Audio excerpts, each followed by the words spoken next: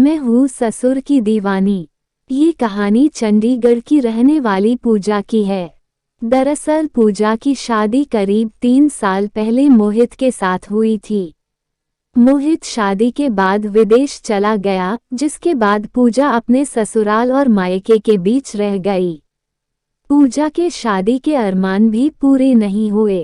पूजा ने अपनी जीवन की वास्तविक घटना को साझा किया है। पूजा ने बताया कि पति के दूर जाने का दर्द उसने करीब 1 साल तक सहन किया, लेकिन बाद में वो धीरे धीरे अपने ससुर के साथ संबंधों में आ गई।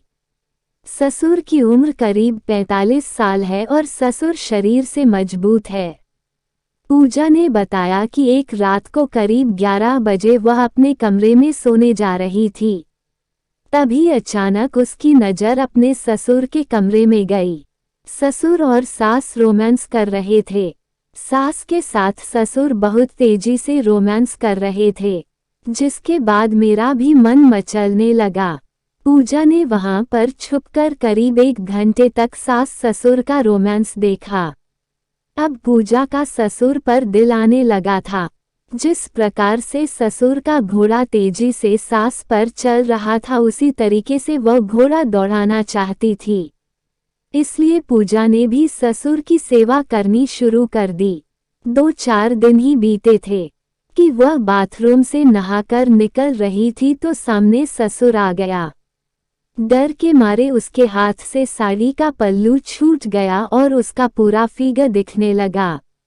अब तो पूजा ससुर के कमरे में जाकर पैर दबाने के बहाने ऊपर तक ससुर को सहलाने लगी।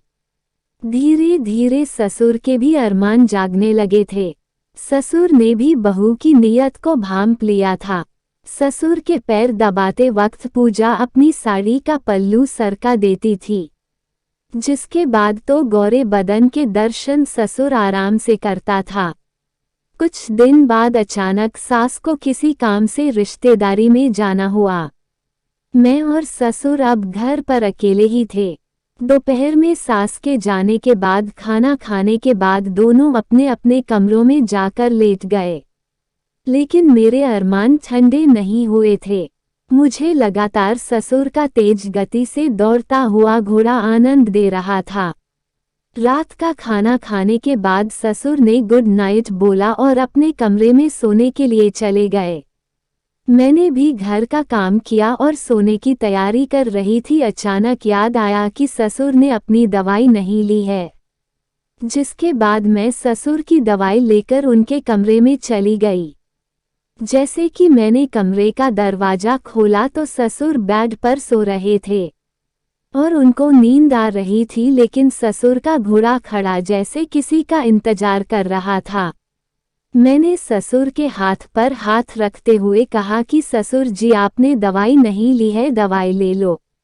इतना कहते ही ससुर खड़ा हो गया और मैं भी पास में बैठकर उनके पैर दबाने लगी। उन्होंने दवाई ली और फिर बेड के तकिए लगाकर आधे लेट गए। मैं बेड पर बैठकर उनके पैर दबा रही थी। आज मेरे ब्लाउज का गला काफी नीचा था और गोरे गोरे बदन और बीच की लाइन पूरी दिखाई दे रही थी। मैंने ससुर के पैर दबाए तो ससुर ने भी मेरे कंधे पर हाथ रखते हुए कहा कि बहू, तुम थक गई होगी, जाकर आराम कर लो। जैसे ही ससुर ने मेरे कंधे पर हाथ रखा, मेरे शरीर से गर्मी निकलने लगी। मैंने ससुर के पैर दबाते हुए थोड़ा और ऊपर तक पहुंच गई। ससुर ने मेरी कमर पर हाथ रखा तो मेरी सिसकियां निकलने लगी।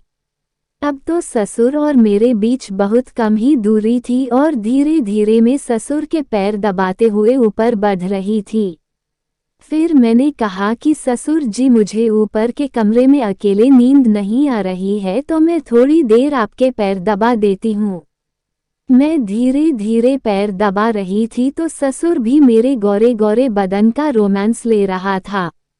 कुछ ही देर बाद ससुर का हाथ मेरी नाभि पर आ चुका था और मेरा हाथ भी उनके पैरों से ऊपर की तरफ बढ़ रहा था।